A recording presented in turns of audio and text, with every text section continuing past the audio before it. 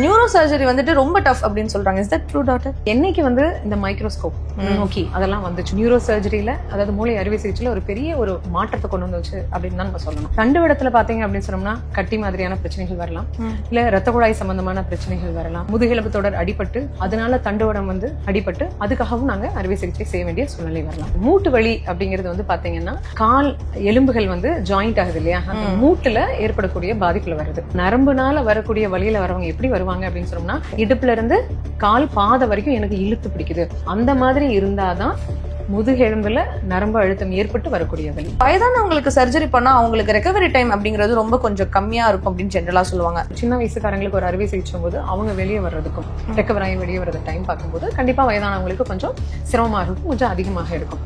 ஆனா எமர்ஜென்சியா வரவங்களுக்கு எல்லாம் இப்ப நியூரோ சர்ஜரியில பண்ற மாதிரியான என்ன மாதிரி சூழ்நிலை வரும்? Especially alcohol, drunk and driver 190 பேர் இப்போ வந்து விழுந்து வர்றாங்க அப்படின்னா ஒன்னு தான் தண்ணியை போட்டு போய் விழுறது, இல்ல பாவம் ஒரு சாலையில ஒருத்தர் போயிட்டு இருக்காருன்னா அவங்களை போய் இடிச்சு அவங்களுக்கு பிரச்சனையாகி வருது. அதுதான் அதிகபட்சமா ஆக்சுவலி இருக்கு. Hello everyone, welcome to our podcast. This is Vijay Shruti. இன்னைக்கு என் கூட doctor Divya, consultant neuro surgeon தான் இருக்காங்க. ஸோ நியூரோ சர்ஜரி குறித்து நிறைய விஷயங்கள் அவங்கள்ட்ட கேட்டு தெரிஞ்சுக்கலாம். Hi ma'am, welcome to our show. வணக்கம். வணக்கம், எப்படி இருக்கீங்க? நான் நல்லா இருக்கேன், நீங்க எப்படி இருக்கீங்க? நல்லா இருக்கேன் மேம். ஸோ நியூரோ சர்ஜன் அப்படின்னாலே as an audience point of வியூல இருந்து எங்களுக்கு பார்க்கும்போது பிரெயின் மட்டும் தான் அவங்க வந்துட்டு சர்ஜரி பண்ணுவாங்க நிறைய பேர் நினைச்சிட்டு இருக்காங்க. நான் உள்பட அப்படிதான் நினைச்சேன். ஸோ நியூரோ சர்ஜன் ஃபர்ஸ்ட் எந்தெந்த பார்ட் ஆஃப் சிஸ்டம்லாம் நம்ம இதில் சர்ஜரி பண்ணுவாங்க? பொதுவாக மூளை நரம்பு அறுவை சிகிச்சை அப்படின்னு சொல்லுவோம். மூளை நரம்பு தண்டுவட அறுவை சிகிச்சை அப்படிதான் சொல்லணும். அதாவது மூளை தண்டுவடம், அதே மாதிரி பாத்தீங்கன்னா தண்டுவடத்தை சுத்தி இருக்கக்கூடிய முதுகெலும்பு தொடர், அதாவது ஸ்பைன், போனி பார்ட். ஸோ அது எல்லாத்துக்குமே நாங்க அறுவை சிகிச்சை செய்வோம். Okay okay. ஸோ ஸ்பைன்ல வந்துட்டு என்ன மாதிரியான சர்ஜரி, என்ன மாதிரியான பிரச்சனைகள் வந்தா ஸ்பைன்ல நம்ம சர்ஜரி பண்ண வேண்டியது? அதாவது என்ன அப்படின்னு சொன்னோம்னா தண்டுவடத்துல பிரச்சனைகள் வரலாம், தண்டுவடத்தை சுத்தி இருக்கக்கூடிய எலும்புகள்லயும் பிரச்சனை வரலாம். சோ இந்த மாதிரி ரெண்டு பிரச்சனைக்குமே நம்ம அறுவை சிகிச்சை செய்ய மாதிரி இருக்கும். அதே மாதிரி தண்டுவடத்துல பாத்தீங்க அப்படின்னு சொன்னோம்னா கட்டி மாதிரியான பிரச்சனைகள் வரலாம், இல்ல ரத்த குழாய் சம்பந்தமான பிரச்சனைகள் வரலாம், இல்ல இப்போ முதுகெலும்பு தொடர் அடிபட்டு அதனால தண்டுவடம் வந்து அடிபட்டு அதுக்காகவும் நாங்க அறுவை சிகிச்சை செய்ய வேண்டிய சூழ்நிலை வரலாம். அதே மாதிரி பாத்தீங்கன்னா முதுகெலும்பு தொடர் அப்படின்னு எடுத்துட்டோம் அப்படின்னா வயசான காலத்துல அவங்களுக்கு ஏற்படக்கூடிய அந்த டீஜெனரேட்டிவ் சேஞ்சஸ் அப்படின்னு சொல்லுவோம். அதனால ஒரு அந்த தண்டுவடம் போற பாதை வந்து சுருங்கி தண்டுவடத்துல அழுத்தம் ஏற்பட்டு அதனால கைகால் அசைவுகள்ல பிரச்சனைகளோட பேஷண்ட்ஸ் வரலாம். அப்போ அந்த முதுகு எலும்புல நாம அறுவை சிகிச்சை செஞ்சு அந்த தண்டுவடத்தை நாம கொஞ்சம் ஃப்ரீ பண்ணி விட வேண்டிய சூழ்நிலைகள் வரலாம். இல்ல அப்படின்னு சொல்லி பாத்தீங்கன்னா வயசானவங்களுக்கு, கடுமையா உழைக்கிறவங்களுக்கு என்ன ஆகலாம் அப்படின்னு சொன்னோம்னா, இல்ல ஒரு காலத்துல எப்பாவது விழுந்திருப்பாங்க, சின்ன வயசுல விழுந்திருப்பாங்க, அது வந்து ஆனா கடுமையா வேலை செஞ்சுட்டே இருந்திருப்பாங்க. அப்போ என்ன ஆகும் அப்படின்னு சொன்னோம்னா அந்த எலும்பு முக்கியமா பாத்தீங்கன்னா இடுப்பு எலும்புல வந்து பாத்தீங்கன்னா எலும்பு வந்து கொஞ்சம் உடஞ்சிருக்கும், அது வேலை செய்ய செய்ய அது அதிகமாகி கொஞ்சம் நகர்ந்து போயிடும். அப்ப நகர்ந்து போகும்போதும் என்ன ஆகும் அப்படின்னா அந்த நரம்புகள் போறதுக்கான பாதைகள்லாம் சுருங்கி போய் அதனால நடக்க முடியாது. கொஞ்சம் தூரம் நடந்தாலே எனக்கு கால் வலி வருது, இடுப்பு ரொம்ப வலிக்குது, ஒரு 5 நிமிஷம் 10 நிமிஷம் நின்னாலும் நடந்தாலும் எனக்கு 2 காலும் மரத்து போய் வலி வந்து என்னால நடக்க முடியல, நான் உடனடியாக உட்கார்ந்தாகணும், அந்த மாதிரியான பிரச்சனைகளோடையும் வருவாங்க. முதுகுல வலி இருந்தாலும் கால்ல நடக்க முடியல அப்படின்னு சொல்லுவாங்க. அதாவது இதுல என்ன இது அப்படின்னு சொன்னோம்னா பொதுவா வர பேஷண்ட்ஸ் என்ன சொல்லுவாங்க, எனக்கு கால் வலி இருக்கு டாக்டர், எதுக்கு முதுகுல ஆபரேஷன் பண்ணீங்கன்னு சொல்லுவாங்க. அதாவது என்னன்னா நரம்பு வந்து பாத்தீங்க அப்படின்னா காலுக்கு உணர்ச்சி கொடுக்குற நரம்பு செயல், அதாவது சதைகளை இயக்குற நரம்பு வந்து பாத்தீங்கன்னா தண்டுவடத்துல இருந்து தான் வெளியே வருது. ஓகே. முதுகெலும்பு தொடர் தான் அந்த தண்டுவடத்தை பாதுகாக்குது. சோ அந்த நரம்பு வெளியே வரும்போது அந்த இடத்துல அழுத்தம் ஏற்பட்டாலே அந்த நரம்பு சப்ளை பண்ணக்கூடிய உணர்ச்சி கொடுக்கக்கூடிய பகுதியில் எல்லாமே பாதிப்பாகும். அப்ப அது வெளிப்பாடு எப்படி இருக்கும் அப்படின்னம்னா, அதாவது முதுகு எலும்புல நரம்புல ஏற்படக்கூடிய அழுத்தம் அதோட வெளிப்பாடு எப்படி இருக்கும்னா கால் வலியா இருக்கும். ஓகே. இடுப்புல இருந்து எனக்கு கால் வரைக்கும் இழுத்து பிடிக்குது, வலிக்குது, கால் மரத்து போயிருது, கொஞ்ச தூரம் கூட என்னால நடக்க முடியல அப்படின்னு சொல்லுவாங்க. வலி கால் வழியாக இருக்கும், ஆனா பிரச்சனை எங்க இருக்கும் அப்படின்னு சொன்னோம்னா முதுகெலும்பு தொடர்ல, தண்டுவடத்துல இருக்கும். அதனால அப்ப நாம பண்ண வேண்டிய சிகிச்சை அப்படிங்கிறது பாத்தீங்கன்னா முதுகெலும்புல தான் பண்ணுவோம், கால்ல பண்ண மாட்டோம். Okay okay. அப்ப ஜென்ரலா மூட்டு வலி அப்படின்ட்டு வயதானவர்கள் நிறைய வேலை எங்களுக்கு மூட்டு வலி இருக்கா சொல்றாங்களா, அது உண்மையிலே மூட்டு வலியா இல்ல அது முதுகுல இருக்கிற பிரச்சனையா? இதுவும் ஒரு இதுதான். அதாவது என்னன்னா முதுகு அந்த மூட்டு வலி அப்படிங்கிறது வந்து பாத்தீங்கன்னா கால் எலும்புகள் வந்து ஜாயிண்ட் ஆகுது இல்லையா, அந்த மூட்டுல ஏற்படக்கூடிய பாதிப்புல வருது. அது வந்து எலும்பு டாக்டர் பார்க்க வேண்டியது, ஆர்த்தோபெடிஷியன் பார்க்க வேண்டியது. சோ எங்க கிட்ட அதாவது நரம்புனால வரக்கூடிய வழியில வரவங்க எப்படி வருவாங்க அப்படின்னு சொன்னோம்னா இடுப்புல இருந்து இல்ல பட்டெக்ஸ்ல இருந்து குளூட்டியல் ரீஜன்ல இருந்து எனக்கு வந்து கால் வலி கீழே வரைக்கும் வருது. ஓகே. இடுப்புல இருந்து கால் பாதை வரைக்கும் எனக்கு இழுத்து பிடிக்குது, அங்கிருந்து இங்க வரைக்கும் கால் வலி வருது, அதே சமயத்துல கூட மரத்து போயிருது, உணர்ச்சி குறையுது, அந்த மாதிரி இருந்தாதான் முதுகெலும்புல நரம்பு அழுத்தம் ஏற்பட்டு வரக்கூடிய வலி. ஓகே. இதே வெறும் மூட்டு மட்டும் வலிக்குது, கொஞ்ச தூரம் நடந்தா எனக்கு மூட்டு மட்டும் வலிக்குதுன்னு சொன்னாங்கன்னா அது வந்து மூட்டு சம்பந்தமான டாக்டரை பார்க்கணும். அதாவது ருமட்டாலஜிஸ்டையோ இல்ல ஆர்த்தோபெடிஷியனையோ பார்க்கணும். அதுக்கும் நியூரோ சர்ஜனுக்கும் எந்த சம்பந்தமும் கிடையாது. அதான் இப்போ நீங்க இப்படி கிளியரா எக்ஸ்பிளைன் பண்ணும்போது தான் எங்களுக்கே தெரியுது, ஓகே இது வந்துட்டு இந்த டாக்டர் போகணும். இது நிறைய பேருக்கு இந்த புரிதல் கூட இல்லாம இருந்தாங்க. கண்டிப்பா கண்டிப்பா. பட் இது மூலமா உங்களுக்கு தெரியும்னு நினைக்கிறேன். அண்ட் ஆல்சோ டாக்டர், நீங்க இப்ப சொல்றீங்களா நான் வந்துட்டு ஸ்பைன்ல சர்ஜரி பண்ணுவோம்ட்டு, ஸ்பைன்ல எக்ஸாக்டா எப்படி நர்வ்ஸ்ல சர்ஜரி பண்ணுவீங்களா, எப்படி எந்த இடத்துல நீங்க சர்ஜரி பண்ணுவீங்க? அதாவது எங்க பிரச்சனை இருக்கும் அதை பொறுத்து. ஓகே. தண்டுவடத்தை சுத்தி உரைகள் இருக்கும். சோ உரைகளை சுத்தி தான் முதுகெலும்பு இருக்கும் இல்லையா? சோ அப்ப தண்டுவடத்துக்குள்ள பிரச்சனை இருந்தா எலும்பை ஓபன் பண்ணி அந்த உரையை ஓபன் பண்ணி உள்ளுக்குள்ள தண்டுவடத்துக்குள்ள போய் ஆபரேஷன் பண்ணணும். இல்ல தண்டுவடத்துக்கும் அந்த உரைக்கும் இடையில ஒரு கட்டிகள் வரலாம், அந்த உரையிலிருந்து வரக்கூடிய கட்டிகள் வரலாம். அப்படியா இருந்தா நாங்க வந்து முதுகெலும்பை எடுத்து உரையை ஓபன் பண்ணி அந்த கட்டியை மட்டும் எடுத்துட்டு வந்துருவோம். தண்டுவடத்துல அங்க பெரிய அறுவை சிகிச்சை இருக்காது. இல்ல வெறும் முதுகெலும்புல மட்டும்தான் பிரச்சனை இருக்கு அப்படின்னு சொன்னோம்னா எலும்போட நிறுத்திடுவோம், மூளை உரையை கூட தொட மாட்டோம். Okay okay. சோ அதனால இது வந்து பிரச்சனை எங்க இருக்கு அப்படிங்கறத பொறுத்து தான் நம்ம செய்யக்கூடிய அறுவை சிகிச்சையோட இடமும் இருக்கும். ஓகே. ஆக்சுவலி இப்போ எல்லா சர்ஜரி பண்ற டாக்டர்ஸுக்குமே it's like a very tough job அப்படின்னு தான் சொல்லணும். பட் நியூரோ சர்ஜரி வந்துட்டு ரொம்ப டஃப் அப்படின்னு சொல்றாங்க. Is that true doctor? அப்படியானு எனக்கு தெரியல. ஆக்சுவலி சொல்ல போனா பொதுவா வந்து அப்படித்தான் சொல்றாங்க அப்படின்னு நான் சொல்ல மாட்டேன். ஏன்னா இப்ப வந்து ஒரு காலத்துல வந்து நியூரோ சர்ஜரி வந்து அவ்வளவு வளர்ச்சி அடையாத ஒரு காலகட்டத்துல இருந்தது. பொதுவாகவே வந்து மூளையிலயோ இல்ல தண்டுவடத்திலயோ அறுவை சிகிச்சை பண்ணாலே உடனே காலும் வராது, கையும் வராது, ஆபரேஷன் பண்றதே வீண், பொதுவா அந்த பிரச்சனை வந்துட்டாலே அவ்வளவுதான் அப்படிங்கிற மாதிரியான ஒரு காலகட்டம் இருந்தது. ஆனா என்னைக்கு வந்து இந்த மைக்ரோஸ்கோப் நோக்கி அதெல்லாம் வந்துச்சோ, அதாவது சின்னதை பெருசா காமிக்கும் எங்களுக்கு. அப்ப ரத்த குழாய்கள் நரம்புகளை வந்து எங்களால தெளிவா பார்க்க முடியும். ஒரு கட்டி அதோட ஒட்டிட்டு இருந்தா கூட அதை அழகா நாங்க வந்து அந்த கட்டியை அந்த நரம்புல இருந்து தனியா பிரிச்சு எடுக்க முடியும். சோ இந்த நுண்ணோக்கியோட, அதாவது இந்த மைக்ரோஸ்கோப்போட அரைவல் அப்படிங்கிறது ஒரு பெரிய ஒரு நியூரோ சர்ஜரியில, அதாவது மூளை அறுவை சிகிச்சையில ஒரு பெரிய ஒரு மாற்றத்தை கொண்டு வந்துச்சு அப்படின்னு தான் நம்ம சொல்லணும். அதனால இப்ப எல்லாருமே அதிகபட்சமாக நாங்க மைக்ரோஸ்கோப் வச்சுதான் அறுவை சிகிச்சை செய்யறோம். அதனால வந்து பாத்தீங்க அப்படின்னா outcomes after neuro surgery is really good, very good. Actually நிறைய பேர் எந்த பிரச்சனையும் இல்லாம எந்த பாதிப்பும் இல்லாம வீட்டுக்கு போறாங்க. ஓகே. ஆமா. சோ அதனால பயப்பட வேண்டிய அவசியம் கிடையாது. அதனால நியூரோ சர்ஜரி வந்து ரொம்ப பயப்பட வேண்டிய ஒரு அறுவை சிகிச்சைங்கிறது கிடையவே கிடையாதுன்னு நான் சொல்லுவேன். சின்ஸ் அந்த மைன்யூட்டா நீங்க ஒர்க் பண்றதுனால it is very tough. Maybe எங்களுக்கு அடுத்தடுத்து பல வளர்ச்சிகள் வந்துகிட்டே இருக்கு. புதிய புதிய கண்டுபிடிப்புகள்லாம் வரும்பொழுது, புது புது இன்ஸ்ட்ருமெண்ட்ஸ் அந்த மாதிரி எல்லாம் வரும்பொழுது இன்னும் எங்களுடைய அந்த அறுவை சிகிச்சைக்கு அப்புறம் வரக்கூடிய காம்ப்ளிகேஷனை தடுக்கக்கூடிய வாய்ப்புகள் எங்களுக்கு ரொம்ப அதிகமா இருக்கு. அதனால அவுட்கம்ஸ் இன்னும் ரொம்ப நல்லா இருக்கு. முதல் மாதிரியெல்லாம் பயந்துக்க வேண்டிய அவசியமே கிடையவே கிடையாது. ரொம்ப சேஃப் சர்ஜரி தான் நியூரோ சர்ஜரி. நிச்சயமா நிச்சயமா. அண்ட் நீங்க சொன்னீங்க நிறைய வயதானவங்களுக்கு தான் வந்துட்டு நாங்க சர்ஜரி பண்ணிட்டு இருப்போம், ஏன்னா அவங்களுக்கு அந்த டைம்ல தான் அவங்களுக்கு அந்த வலி வரும் அப்படின்னு சொன்னீங்க. ஸோ இப்போ வயதானவங்களுக்கு சர்ஜரி பண்ணா அவங்களுக்கு ரெக்கவரி டைம் அப்படிங்கிறது ரொம்ப கொஞ்சம் கம்மியா இருக்கும் அப்படின்னு ஜென்ரலா சொல்லுவாங்க. ஸோ அதை நீங்க எப்படி ஹேண்டில் பண்ணுவீங்க? அதாவது பொதுவாகவே பிரச்சனை வந்து ஒரு ஒரு சிறிய வயதில் உங்களுக்கு வர்றதுங்களுக்கும் ஒரு வயசானவங்களுக்கு வர்றதுக்கும் கண்டிப்பாக ஒரு வித்தியாசம் இருக்கும். ஏன்னா வந்து வயதாகும் பொழுது உங்களுக்கு வந்து நீரிழிவு நோயோ இல்ல வந்து உயர் ரத்த அழுத்தம் இல்ல தைராய்டு பிரச்சனை இல்ல இதய பிரச்சனை இந்த மாதிரியான பிரச்சனைகள் வயதாகும் பொழுது உங்களுக்கு வரும். அதனால பொதுவா ஒரு சின்ன வயசுக்காரங்களுக்கு ஒரு அறுவை சிகிச்சை போது அவங்க வெளியே வர்றதுக்கும் ரெக்கவர் ஆகி வெளியே வர்றது டைம் பார்க்கும்போது கண்டிப்பா வயதானவங்களுக்கு கொஞ்சம் சிரமமாக இருக்கும், கொஞ்சம் அதிகமாக இருக்கும். ஆனா ஒரு வயதானவர் ஆனா நல்ல கடுமையான உழைப்பாளி, தோட்டத்துல நல்லா வேலை செய்யறவர், எந்த ஒரு கோமார்பிட்ஸ் அதாவது நீரிழிவு நோய் அந்த மாதிரி எந்த பிரச்சனையும் இல்லை அப்படின்னு சொன்னோம்னா தே ஆல்சோ டூ வெல். அறுவை சிகிச்சை செல்லும் போது recovery is same as a young chap அந்த மாதிரியும் இருக்கு. ஆனா பொதுவாக வயதானவங்களுக்கு உங்களுக்கு வந்து ஒரு நல்ல செட்டப் உங்க ஹாஸ்பிட்டல் இருக்கு.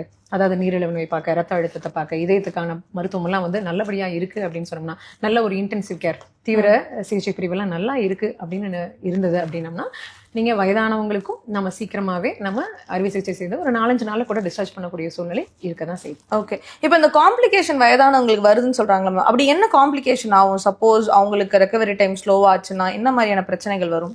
அதாவது என்னன்னா, இப்போ ஒரு இதயத்துக்கு அவருக்கு ஒரு பிரச்சனை இருக்கு. அப்போ இதயத்துக்கு வந்து பாத்தீங்கன்னா பிளட் தின்னர் அப்படின்னு சொல்லி ஒரு மருந்து கொடுப்பாங்க. அதாவது ரத்தம் உரையிற தன்மையை குறைக்கிற மருந்துகள் கொடுப்பாங்க.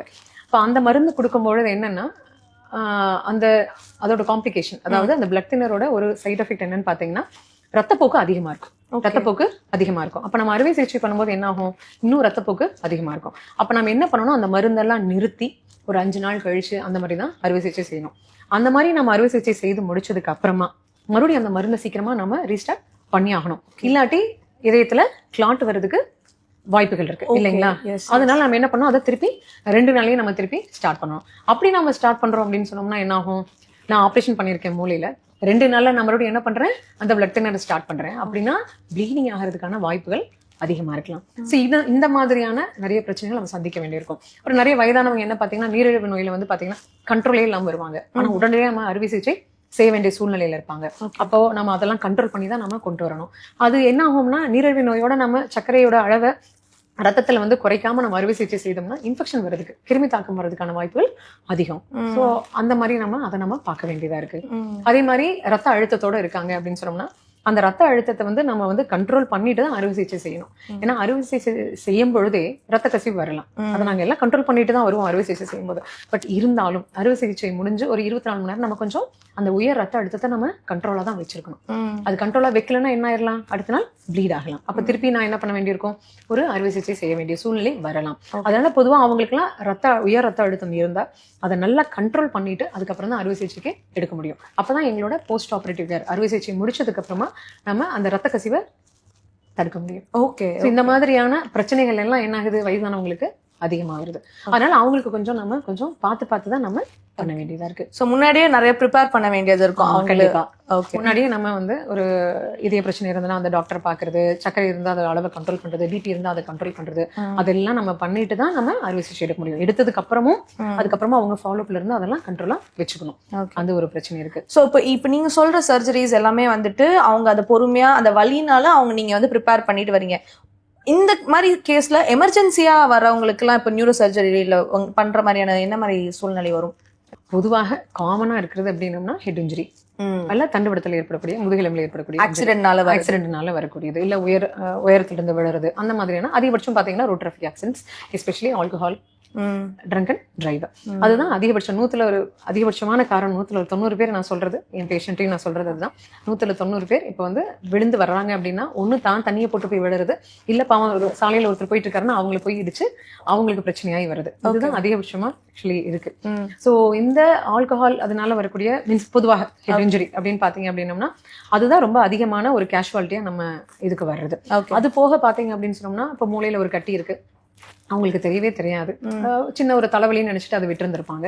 அப்போ கடைசியில பாத்தீங்கன்னா ஒரு கட்டத்துல வந்து ஒரு சிவியர் ஹெட்டேக்கோட, மூளையில நீர் அழுத்தத்தோட வருவாங்க. அந்த மாதிரி ஒரு எமர்ஜென்சி கண்டிஷன்லயும் ஒரு கட்டி பெருசாகி அது கவனிக்காம விட்டதுனால ரொம்ப பெரிதாகி மூளையில பெரிய அழுத்தத்தோட வரலாம். அந்த மாதிரி ஒரு கண்டிஷனும் வரலாம். சில நேரத்துக்கு பாத்தீங்க அப்படின்னா மூளையில மூளைக்குள்ள நீர் சுரக்கும். அந்த நீர் வந்து மூளைக்கு வெளியில வந்து ரத்தத்துல கலக்கணும். அந்த நீர் போற பாதையில ஏதாவது ஒரு பிளாக், அது கட்டினால வரலாம், இல்ல வேற பிரச்சனைகள்னாலையும் வரலாம். அந்த மாதிரி பிளாக் ஆகி மூளையில நீர் தேங்கி இருந்தாலும் அதனாலயும் அவங்க ரொம்ப மோசமான ஒரு சூழ்நிலையில எமர்ஜென்சி சர்ஜரி மாதிரியான ஒரு சிச்சுவேஷன் அவங்க வரலாம். இல்ல அப்படின்னு சொன்னீங்கன்னா மூளையில வந்து ரத்த குழாய் இருக்கு, ரத்த குழாயில சில மாறுபாடுகள் ஏற்படலாம். அது பிறப்புலயே அந்த ரத்த குழாய் மாறுபாடுகள் ஏற்படலாம். அது என்ன ஆயிடலாம் அப்படின்னா வெடிச்சிடலாம். அது வெடிச்சு அதனால ஒரு பெரிய ரத்த கசிவோடையும் பேஷண்ட்ஸ் வரலாம். அதுவும் ஒரு எமர்ஜென்சியா தான் நம்ம அட்டென்ட் பண்ண வேண்டி இருக்கும். அது போக வயதானவங்கல்ல உயர் ரத்த அழுத்தம் இருக்கு, சுகர் இருக்கு, அதை வந்து அவங்க கண்ட்ரோலா வச்சிருக்கல அப்படிங்கும்போது அதனாலயும் அவங்க மூளையில ரத்த குழாய் வெடிப்பாகி அதுல ஒரு பெரிய ரத்த கசிவோட வரலாம். இல்ல அப்படின்னாலும் மூளையில போற ரத்த குழாயில அடப்பாயி அதனாலயும் அவங்க பேஷண்ட்ஸ் வரலாம். ஓகே, இதெல்லாமே ஒரு எமர்ஜென்சி கண்டிஷனா தான் நம்ம கிட்ட வருவாங்க. பட் எமர்ஜென்சில வரது ஆக்சுவலி ஹேண்டில் பண்றது ரொம்ப கஷ்டம் இல்ல மேம்? எப்படி அதை ஹேண்டில் பண்ணுவீங்க? பிகாஸ் நீங்க முன்னாடியே வந்துட்டு இப்போ பிபி அதெல்லாம் செக் பண்றதுக்கு டைம் இருக்குமா, இமீடியட்டா ஆபரேஷன் பண்ணணும் அப்பதான் உயிர் பொழைப்பாங்க அப்படிங்கிற ஒரு சூழ்நிலை வரும்ல? அப்ப கண்டிப்பாக அதாவது என்ன அப்படின்னு சொன்னோம்னா அந்த மாதிரி எமர்ஜென்சி சிச்சுவேஷன்ல வரும்போது எதெல்லாம் நம்ம கண்ட்ரோல் பண்ண முடியுமோ அதெல்லாம் கண்ட்ரோல் பண்ணிட்டு, ஏன்னா அங்க லைஃபா இல்ல ஹார்ட்டா அப்படிங்கிற கேள்விதான் வரும்.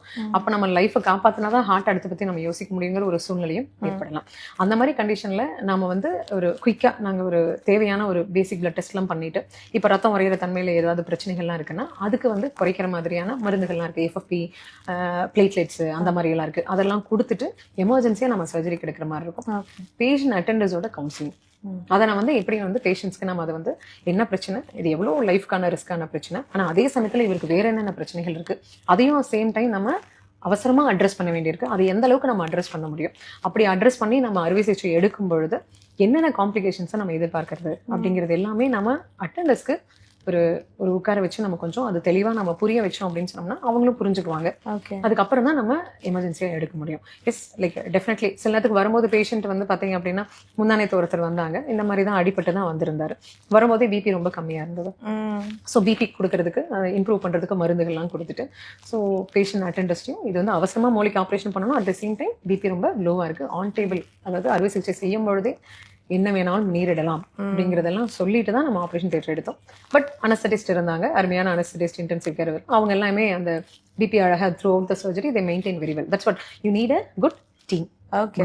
If you have a good emergency care, emergency consultants and also ICU consultants and also anesthetist, so அந்த மாதிரி எல்லாம் இருக்கும் பொழுது நம்ம ஒரு ரொம்ப காம்ப்ளிகேட்டடான ஒரு சுச்சுவேஷனாக இருந்தாலும் ஒரு எமர்ஜென்சியா நம்ம அவசரமா நம்ம அறுவை சிகிச்சைக்கு எடுக்க முடியும். அதே மாதிரி அந்த நேரம் ஒரு ஒரு ரொம்ப மோசமான நிலைமையில வராங்க, ஒரு சீக்கிரமா நம்ம எடுக்கணும் அப்படின்னு சொன்னோம்னா நீங்க குயிக்கா பிளட் டெஸ்ட் பண்ணி தேவையான முக்கியமான டெஸ்ட் எல்லாம் பண்ணிட்டு உடனே ஆப்ரேஷன் தியேட்டர் உங்களுக்கு அவைலபிளா இருக்கணும், ஓடி ஸ்டாஃப்ஸ் எல்லாமே ரெடியா இருக்கணும், மயக்கமாத டாக்டர் ரெடியா இருக்கணும்.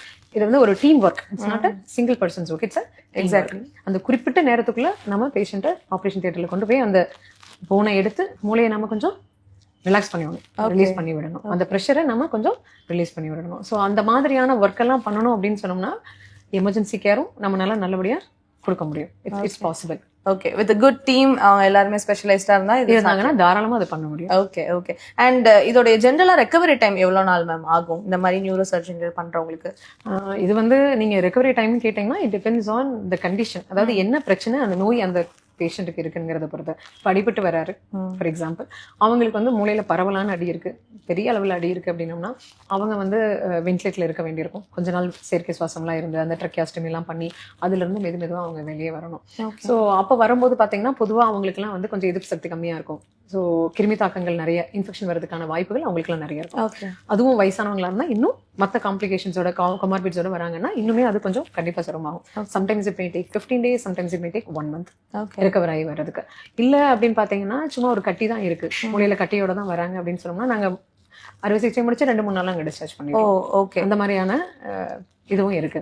இல்ல முதுகுல வந்து அறுவை சிகிச்சை செய்ய வேண்டியிருக்கு, மீன் ஸ்பைன்ல வந்து ஸ்க்ரூஸ் அண்ட் ராட்ஸ் போட வேண்டியிருக்கு அப்படின்னா அதிகபட்சம் ஆப்ரேஷன் முடிச்சு ஒரு 3-4 நாள் நாங்க டிஸ்சார்ஜ் பண்ணிடுறோம். Okay, so outcomes are really good. Okay, recovery time is not much. Okay okay, it's faster. Okay, great. And overall இதுக்கப்புறம் சக்சஸ் ரேட் அப்படிங்கிறது எந்த அளவுக்கு மேம் இருக்கு ஜென்ரலாவே இப்போ இருக்கிற அட்வான்ஸ்மெண்ட் டெக்னிக்ஸ் எல்லாமே வச்சு பார்த்தா?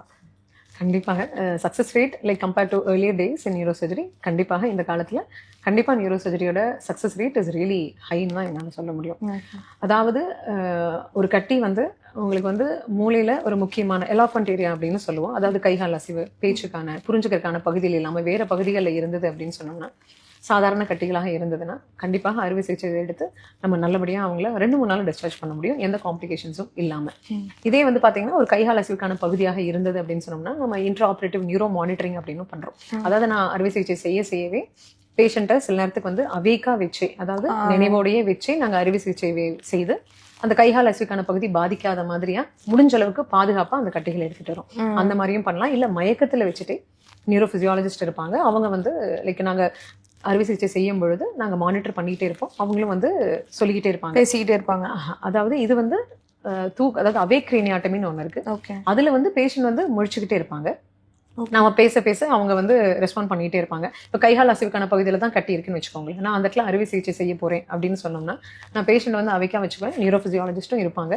அந்த கட்டியை சுத்தி எந்த இடம் வந்து முக்கியமான பகுதிங்கிறத நாங்க மேப் பண்ணிக்குவோம். ஓகே ஓகே, மேப் பண்ணிடுவோம். மேப் பண்ணிட்டு அந்த பகுதியை தவிர்த்து மீதி பகுதியில நம்ம கட்டி எடுத்துக்குவோம். அந்த கட்டி எடுக்கும் போதுமே பேஷண்ட்டை வந்து கையாச்சிக்கிட்டே இருங்க, கையை வந்து அவரை அந்த மூமெண்ட்ஸை கொடுக்க சொல்லிட்டே நாங்க பண்ணிட்டே இருப்போம். அதே தான் அந்த பகுதியில நம்ம ஏதாவது டச் பண்றோம் அப்படின்னு சொன்னோம்னா தானா அந்த கை அசைவு குறையும். அப்ப நம்ம தெரிஞ்சுக்கலாம் இதுதான் முக்கியமான பகுதி அப்படின்னு சொல்லிட்டு. அப்ப அந்த இடத்துல என்ன பண்ணுவோம், பாதுகாப்பா அந்த இடத்துல கொஞ்சம் கட்டி இருந்தா கூட கொஞ்சம் விட்டுட்டு மீதி பகுதி எடுத்துட்டு தான் வந்தாகணும். ஸோ அந்த மாதிரி ஒரு intro operative neuro monitoring. So இந்த மாதிரி எல்லாம் வந்ததுக்கு அப்புறம் இந்த மாதிரி மூளையோட முக்கியமான பகுதியில் இருக்க கட்டியை கூட அதாவது பேஷண்ட்ஸ்க்கு எந்த பாதிப்பும் இல்லாம நம்ம கட்டியை எடுக்கக்கூடிய சூழ்நிலை இன்னைக்கு வந்து பெரிய அளவுல வளர்ந்துருக்கு. அதே மாதிரி நான் சொன்ன மாதிரி மைக்ரோஸ்கோப், அதே மாதிரி பாத்தீங்க அப்படின்னா எண்டோஸ்கோப் வந்திருக்கு. இப்போ மூளையில மூக்கு வழியா போயிட்டு கூட நம்ம எண்டோஸ்கோப் வச்சு நாம அது மூலமா வந்து பெரிய அளவுல பாதிப்பு இல்லாம அந்த மாதிரி கட்டி எடுத்துடுறோம். இந்த மாதிரி அதே மாதிரி பாத்தீங்கன்னா கட்டி ஒண்ணு இருக்கு அப்படின்னு சொன்னோம்னா ஃப்ளூரசன்ஸ், இன்ட்ரா ஆப்ரேட்டிவ் ஃப்ளூரசன்ஸ் இருக்கு. ஒரு டை இன்ஜெக்ட் பண்ணுவீங்க, அது கட்டியில மட்டும்தான் உள்ள போய் உட்காரும். ஓகே. அந்த ஃப்ளூரசன்ஸ் டை. ஸோ அது வந்து நீங்க மைக்ரோஸ்கோப் வச்சு ஒரு பர்டிகுலர் ஃபில்டர் வச்சு பார்க்கும்போது அது மட்டும் ஃப்ளூரசென்ட்டா தெரியும், கட்டி மட்டும். ஸோ அப்போ அதை மட்டும் நம்ம வழங்காம எடுத்துட்டு வர முடியும். அதே மாதிரி நேவிகேஷன் ஒரு டெக்னாலஜி இருக்கு. ஸோ நேவிகேஷன் அப்படின்னு சொன்னோம்னா அதாவது ரியல் டைம், அதாவது பேஷண்ட் உள்ள படுத்திருக்கும் பொழுது எனக்கு எந்த இடத்துல கட்டி இருக்கு அப்படிங்கறத அது லொகேட் பண்ணி காமிச்சிடும். ஸோ அந்த மாதிரி இருக்கிறதுனாலையும் பாத்தீங்க அப்படின்னா நம்ம அந்த டியூமரை எக்ஸாக்டா நம்ம லொகேட் பண்ணிக்கலாம். நம்மளோட ஸ்கின் இன்சிஷன், அது போனை ரிமூவ் பண்றது எல்லாமே நம்ம கரெக்டா எக்ஸாக்டா அந்த இதில் பண்ணிக்கலாம். எஸ்பெஷலி நேவிகேஷன் வந்து எப்போ யூஸ்ஃபுல்லா இருக்கும் அப்படின்னா ஒரு டீப் சீட்டட் லீஷன். ஓகே. நீங்க ஓப்பன் பண்றீங்க, மேல கட்டி இருந்தா ஈஸியா உங்களுக்கு கண்ணுக்கு தெரியும் எடுப்பீங்க. But it is deep inside அப்படிங்கும்போது மேல இருக்கிறதெல்லாம் நார்மல் பிரெயின் சர்ஃபேஸா இருக்கும், பட் கட்டி உள்ளுக்குள்ள இருக்கும். அதனால எங்கன்னு லொகேட் பண்ண முடியாது. அப்பெல்லாம் அந்த நேவிகேஷன் வந்து it be very useful for you.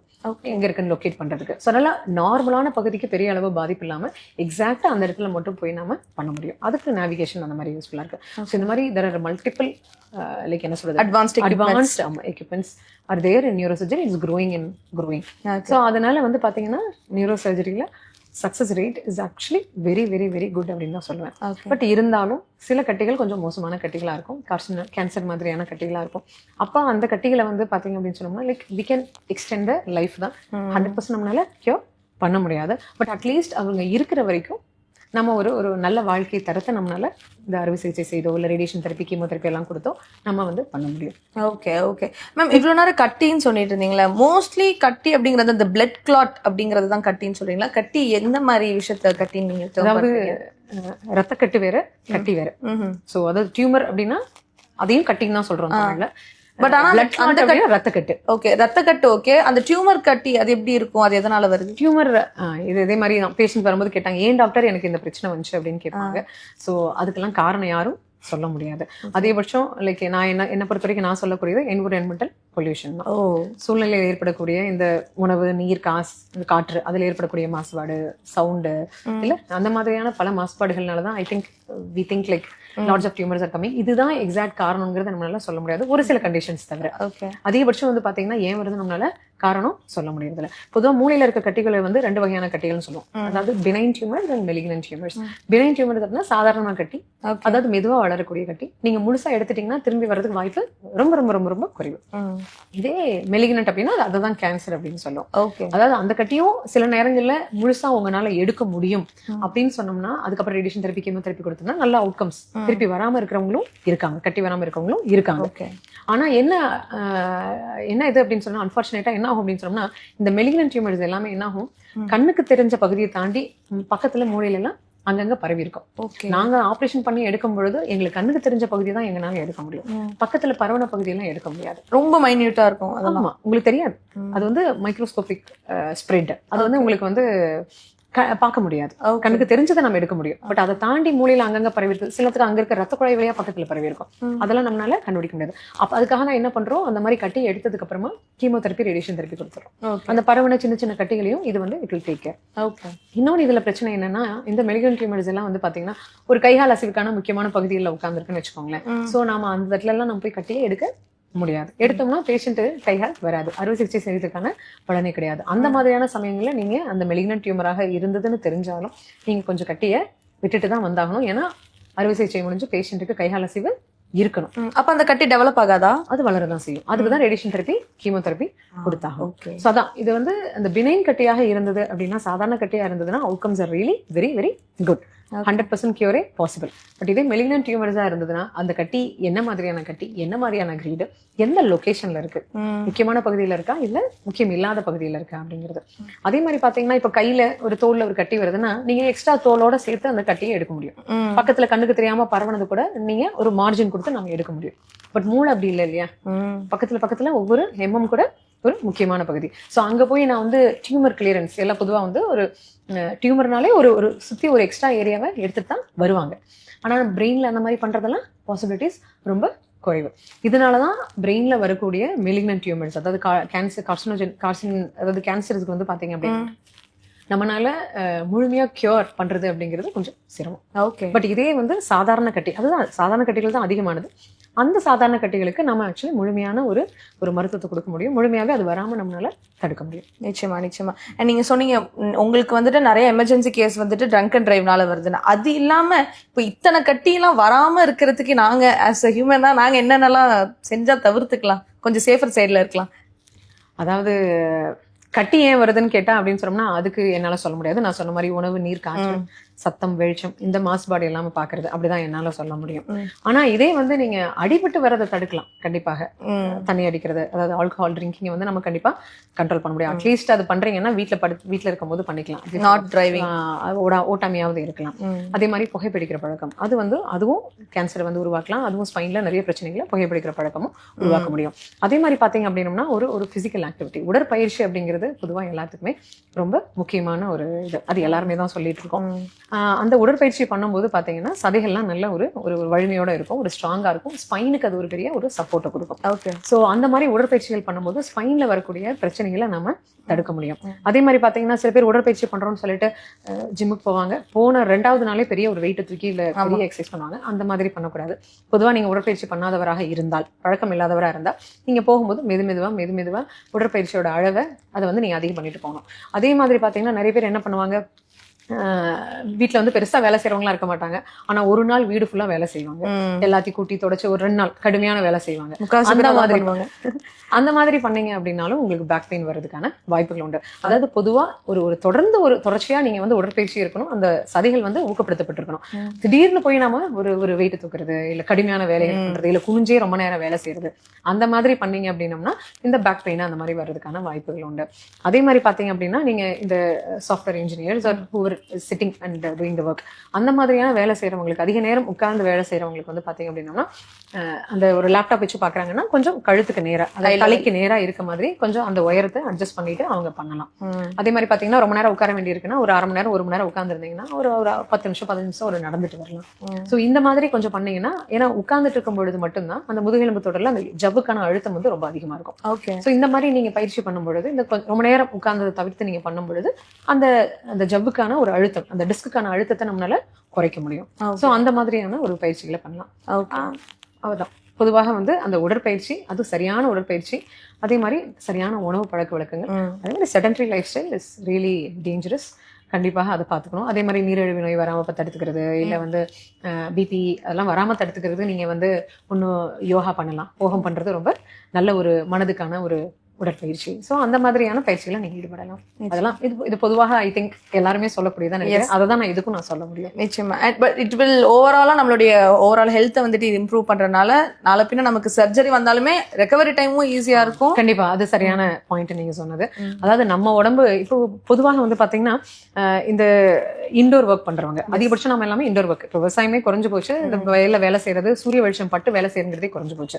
So அதனால என்ன ஆகுது அப்படின்னு சொன்னோம்னா விட்டமின் டி அப்படிங்கிறது வந்து ரொம்ப குறைபாடா இருக்கு. விட்டமின் டி ரொம்ப குறைபாடா இருக்கு. விட்டமின் டி குறைபாடு ஏற்படும் பொழுது உங்களுக்கு வந்து பாத்தீங்கன்னா உடல்ல ஒரு ஊக்கம் இருக்காது. ஒரு கொஞ்சம் உடம்பு வலியா இருந்தாங்களுக்கு அதிக வழியாக தெரியும். அப்புறம் ஏதாவது ஒரு இடம் கிடைச்சா போய் உட்காந்துக்கலாம் தான் தோணும். ஒரு சுறுசுறுப்பா வேலை செய்ய முடியாது. அதிகபட்சமான இண்டோர் ஒர்க்கர்ஸ் எல்லாத்துக்கும் இந்த பிரச்சனை இருக்கு. சோ இவங்களுக்கு வந்து பாத்தீங்கன்னா இந்த பேக் பெயின் வர்றதுக்கு அதுக்கான வாய்ப்புகள்லாம் ரொம்ப அதிகம். அதே மாதிரி இவங்களுக்கு நாம வந்து ஒரு அறுவை சிகிச்சை செய்யும் பொழுது பாத்தீங்கன்னா ரெக்கவரி கொஞ்சம் அதிகமா இருக்கும். அதே மாதிரி பாத்தீங்கன்னா அது முதுகுல நம்ம ஆபரேஷன் பண்றோம், எலும்புல ஆபரேஷன் பண்றோம் அப்படின்னம்னா அந்த எலும்புல இருந்து அந்த சர்ஜரியில இருந்து ரெக்கவரி ஆகிறதுக்கு இந்த விட்டமின் டி குறைபாடு இருக்கும்போது இன்னும் லேட் ஆகும். அதனால பொதுவாக நாங்க இந்த விட்டமின் டி டெஸ்ட் வந்து பண்ணிட்டு அது கொஞ்சம் கரெக்ஷன் கொடுத்துட்டு தான் நம்ம அறுவை சிகிச்சையும் எடுக்கிறோம். ஸோ அதான் இது வந்து ஒரு சூரிய வெளிச்சம், இப்ப நீங்க சொன்ன மாதிரி என்னென்ன பழக்கங்கள் நம்மளுக்கு தேவை அப்படின்னா சூரிய வெளிச்சம் கட்டாயமா வரணும். ரூம்குள்ளேயே இருக்கக்கூடாது. காலையில 8 மணிக்கு ஆஃபீஸ்க்கு வந்தேன், சாயந்தரம் 6 மணிக்கு தான் வீட்டுக்கு போவேங்கிறது பெரிய ஆபத்துன்னு தான் சொல்லணும். ஓகே. ஸோ அதனால சூரிய வெளிச்சம் எவ்வளவு பட முடியுமோ அது வந்து ரொம்ப நல்லது, உச்சி வெயில் தவிர்த்து. நிச்சயமா. நிறைய விஷயங்கள் எங்களோட ரொம்ப அழகா பகிர்ந்துக்கிட்டீங்க. Thank you so much for your time. Thank you so much. நன்றி.